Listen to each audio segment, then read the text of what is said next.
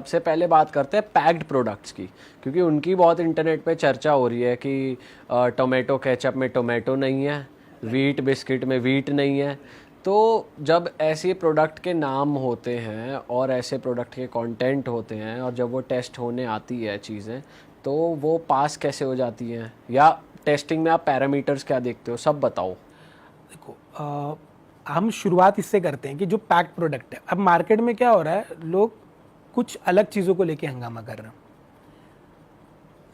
मेरा ये कहना है कि आप सिस्टम को देख के सिस्टम समझने की कोशिश कर रहे हो, मैं सिस्टम में रह के सिस्टम समझ रहा हूँ। पैक्ड प्रोडक्ट आपने उठाया, कोई भी एक प्रोडक्ट उठा लिया, हम बिस्किट का एग्जांपल ले लेते हैं, हमने बिस्किट का प्रोडक्ट उठा लिया। अब बिस्किट के प्रोडक्ट के पीछे लिखा हुआ है nutritional values, fat, carbohydrate, protein, dietary fibre, 4 चीज़ें लिखी हुई, 5 चीज़ें। बहुत बार तो चीज़ें लिखी होती है, उसके आगे लिखा होता है 0, उसका कोई मतलब ही नहीं, तो लिखा क्यों भाई तूने। तो एक तो वो न्यूट्रिशनल इंफॉर्मेशन आप पढ़ते हो, मैं पढ़ता हूँ, कोई नहीं पढ़ता। हम सिर्फ ये देखते हैं कितने महीने की एक्सपायरी है, शेल्फ लाइफ क्या है, और कितने मैं खा सकता हूँ कि नहीं, 2 महीने चलेगा कि नहीं, 1 महीने चलेगा कि नहीं, क्योंकि मैं तो 15 दिन में खाने वाला हूँ, तो मेरे लिए खाने लायक है या नहीं, हम यही चेक कर रहे हैं। ठीक है, अब उसके ऊपर लिखे होते इंग्रेडिएंट्स। हम इंग्रेडिएंट्स कभी नहीं पढ़ते। जैसे अगर कोई भी बिस्किट प्रोडक्ट में लिखा है कि 70% ये है रिफाइंड फ्लोर, होल व्हीट नहीं है, लेकिन वो बिकेगा होल व्हीट बोल के, क्योंकि उसके अंदर 1.5% 2% का होल व्हीट है। अब रिफाइंड फ्लोर का मैदा हो गया, अच्छा, और होल व्हीट हो गया आपका क्या बोलते हैं, गेहूं का आटा। ठीक है, अब लोग इस चीज के ऊपर क्वेश्चनिंग कर रहे हैं कि आपने ये ऐसे प्रोडक्ट बना के बेच रहे हो, आप गलत चीजें बोल के बेच रहे हो। जैसे अभी क्या बोलते हैं, एफएसएसआई की 4 जुलाई को क्या बोलते हैं एक नोटिफिकेशन आया हुआ है, जहां पे अब प्रोडक्ट के ऊपर जो लेबलिंग हो रही है, उस लेबलिंग में आपको जो टोटल शुगर है, सॉल्ट है, ये जो कंटेंट्स है, इसको बोल्ड और बड़े अक्षर में लिखना है। एफएसएसआई कौन सी organisation? FSSI food safety standard authority of India, जो जितने भी फूड प्रोडक्ट है, बेवरेजेस प्रोडक्ट है, उनको पूरा का पूरा रेगुलेट करती है, कंप्लाइंस करती है। ठीक है, अब वो प्रोडक्ट हमने ले लिया। मेरा ये कहना है कि जब मुझे पता है कि 70% इसमें मैदा है, 1.5% का कुछ और वीट डाल दिया है, जिसका ये एडवर्टाइजमेंट कर रहे हैं, बाकी पाम ऑयल डाल दिया, ये डाल दिया, दुनियादारी की चीजें डाल दी, हम क्यों इसको रेगुलेट नहीं कर रहे हैं? अगर गवर्नमेंट ये बोल दे कि अगर आप 70% का व्हीट फ्लोर डाल रहे हो, होल व्हीट फ्लोर, तो ही आप इसको व्हीट बिस्किट बोल सकते हो, नहीं तो आप बोल ही नहीं सकते। आप पाम ऑयल नहीं डालोगे तो ही आप इसको हेल्दी बोल सकते हो, नहीं तो आप बोल ही नहीं सकते। तो हमें पैकेट देखने की भी जरूरत नहीं है, हमें वो सीधा प्रोडक्ट लेना और खाना है। अवेयरनेस यहां से जाए, अवेयरनेस हम गलत तरीके से फैलाने की कोशिश कर रहे हैं। सर पर चलो, जो गवर्नमेंट रेगुलेट नहीं कर रही उसको तो हम कंट्रोल नहीं कर सकते, लेकिन बीइंग अ कस्टमर हम जैसे लैब टेस्ट आप करते हो, तो लैब टेस्टिंग के लिए कैसे वो सैम्पलिंग कैसे होती है? अब हो क्या कैसे रहा है, जैसे किसी ने मेरे को बिस्किट भेज दिए कि मेरे ये बिस्किट प्रोडक्ट टेस्ट करने।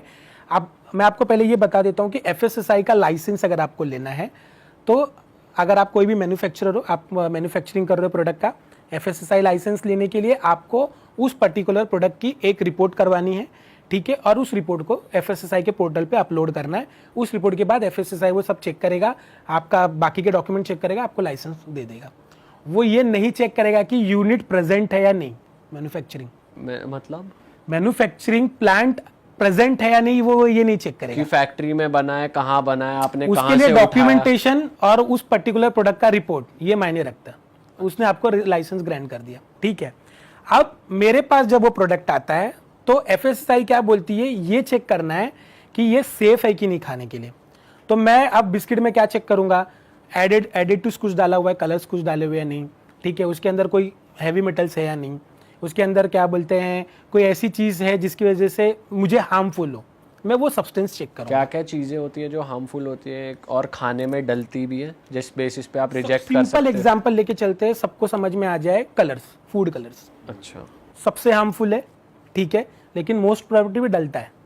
वो तो सर फ्रूट जूसेस में भी डलता है कलर्स। मैं आपको बता दूं, आप अगर मंचूरियन रेड ना हो तो खाओगे क्या? ना। तो कुछ फूड कलर सेफ भी होते हैं?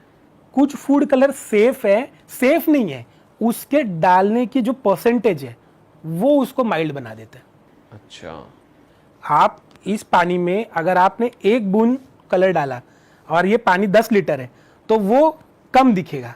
आपने 10 बूंद डाल दी उसको ज्यादा रेड दिखाने के लिए, तो वो आपको हार्म भी करेगा। तो सर लैबोरेटरीज ये टेस्ट कर रही है कि अब कलर्स तो हर फूड आइटम में है, तो ये टेस्ट कर रही है किसमें ज़्यादा है किसमें कम है। लेबोरेटरी क्या कर रही है, मैं आपको फिर से उस चीज़ पे क्लियर कर देता हूँ। जैसे FSSAI का एक कंपेडियम है, उस कंपेडियम में हर एक प्रोडक्ट के लिए लिखा हुआ है कि ये टेस्ट करवाना है, ये रेगुलेटेड है। FSSAI ने बोल रखा है ये प्रोडक्ट है तो ये टेस्ट करवाना है, ये प्रोडक्ट है तो ये टेस्ट करवाना है, ये प्रोडक्ट है तो। FSSAI का जब आप क्या बोलते हैं रिपोर्ट अपलोड कर रहे हो तो आपने वो टेस्ट करवाया जो उनके कंपेडियम में लिखा है और वो रिपोर्ट उनको दे दी। आपके बिस्किट पे क्या लिख रहे हो, न्यूट्रिशनल, जिसकी कोई रिपोर्ट नहीं है, उसकी टेस्टिंग भी नहीं हो रही, कोई मांग ही नहीं रहा। तो सर फिर पास कैसे हो जाता है मार्केट में प्रोडक्ट? उस पर्टिकुलर पैरामीटर पे पास हुआ है ना, जो FSSAI कंपेडियम में लिखी हुई है, और वो कंपेडियम में जो पैरामीटर लिखे हुए हैं उसमें पास होना ही होना है, क्योंकि हैवी मेटल तो डिटेक्ट होगा ही नहीं उसमें, है ना। उसके अंदर कलर्स उस लेवल पे डालेंगे ही नहीं वो, और होगा तो मैनेज हो जाएगा। और सर जैसे प्रेजर्वेटिव्स बोला जाता है कि प्रेजर्वेटिव डले हुए हैं, BHT डालते हैं, BHA डालते हैं, तो हार्मफुल है ही है ना। अच्छा, ये प्रिजर्वेटिव वही चीज है, जब आप एग्रीकल्चर प्रोडक्ट उगाते हो तो उस पे कीड़े ना लगे, जो आप स्प्रे मारते हो कीड़े मर रहे हैं ना, तो वही प्रिजर्वेटिव धीरे से किसी और तरीके से आ रहे प्रोडक्ट के अंदर, सिंपल पेस्टिसाइड है। एंड ऐसा भी होता है कि आपके पास प्रोडक्ट दूसरा गया और मार्केट में प्रोडक्ट दूसरा गया, कोई कंट्रोल ही नहीं है, कैसे कंट्रोल करोगे? आपको एक लाइसेंस चाहिए, आपने अच्छा प्रोडक्ट खरीदा मार्केट से, मुझे दे दिया। हर एक NABL नोटिफाइड लेबोरेटरी के रिपोर्ट के नीचे लिखा होता है report is tested for sample given. Okay, कि जो हमारे पास आया है वही टेस्ट हुआ था, जो सप्लाई हो रहा है वो टेस्ट हमको नहीं पता वो क्या है भाई। तो ऐसा हो रहा है कि कुछ और ही बिक रहा है डोमेस्टिक मार्केट में, इंडिया में वही हो रहा है। अच्छा, सिंपली वही हो रहा है। अब मैं आपको एक सिंपल एग्जांपल के थ्रू लेके जाता हूँ। जैसे हम लोग फ्रूट जूस ले लेते हैं, FSSAI क्या बोलता है कि 2 तरीके के बेवरेजेस हैं, एक कार्बोनेटेड एक नॉन कार्बोनेटेड। कार्बोनेटेड मतलब जिसके अंदर गैसियस हो, और नॉन कार्बोनेटेड जिसके अंदर गैस नहीं है, ठीक है।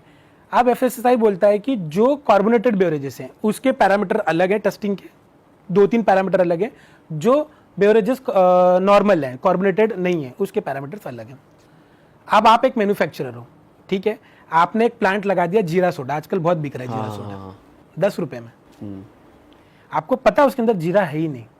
अच्छा, उसके अंदर सिर्फ एक एसेंस डाला जाता है जो आपको जीरे का ये कर रहा है, और वो आपको जो डकार आती है पीने के बाद वो गैस है जिसकी डकार आ रही है। अब वो आप जीरा सोडा लिख सकते हो नहीं लिख सकते हो, इसके ऊपर कोई कंट्रोल नहीं है।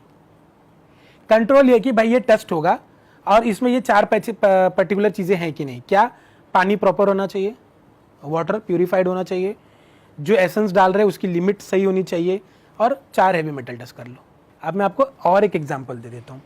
FSSAI में एक क्लॉज है 2.1.12 जिसको बोला जाता है फूड नॉट स्पेसिफाइड, मतलब वो प्रोडक्ट जो कहीं पे स्पेसिफाइड ही नहीं है, मतलब FSSAI के कंपेनियम में है ही नहीं। तो अब अगर ऐसा प्रोडक्ट आप मेरे पास लेके आओगे तो उसके लिए क्या टेस्ट करना है आपको? 4 heavy metal, lead, arsenic, cadmium, mercury, 2 microbiological parameter, E coli, salmonella, yeast and mould, कोई भी ले लो, ठीक है, और एक आध कुछ कलर ऑर्डर ऐसे ले लो। फिजिकल पैरामीटर हो गया, आपका क्या बोलते हैं टॉक्सिक एलिमेंट्स हो गए, और आपका माइक्रोबायोलॉजिकल पैरामीटर हो गया, दे दो रिपोर्ट। तो ये जो पैरामीटर्स की रिपोर्ट जा रही है ये पास है फेल है, ठीक है, जनरली तो पास ही है, तभी तो FSSAI उसको एक्सेप्ट कर रही है। आपको क्या पता, मुझे क्या पता, हम तो इस दुनिया में घूम रहे हैं कि मैदा कितना है, पाम ऑयल कितना है, न्यूट्रिशनल कितना है, हम तो उस दुनिया में घूम रहे हैं। पर असली में तो ये भी नहीं पता कि है क्या चीज़। वैसे सर आपने कभी करा है चेक कि जैसे लेबोरेटरी में आया आपके पास प्रोडक्ट और मार्केट में कोई प्रोडक्ट है, कभी ऐसा हुआ है कि आप आउट ऑफ द वे गए हो, देखा है कि वहाँ कैसा प्रोडक्ट रखा? बहुत बार वेरीफाई होता है, और बहुत बार कुछ लोग भी होते हैं जो मार्केट से प्रोडक्ट उठा के लेबोरेटरी में देते हैं टेस्टिंग के लिए। अब उसमें होता क्या है कि जैसे ही आप इन सब फेल की रिपोर्ट दे दी तो वो फिर अगर लीगली चला जाता है कहीं पे, तो फिर लेबोरेटरी को हर बार उस लीगल शूट में जाके खड़ा होना पड़ता है। और किसी के पास इतना टाइम नहीं है भाई।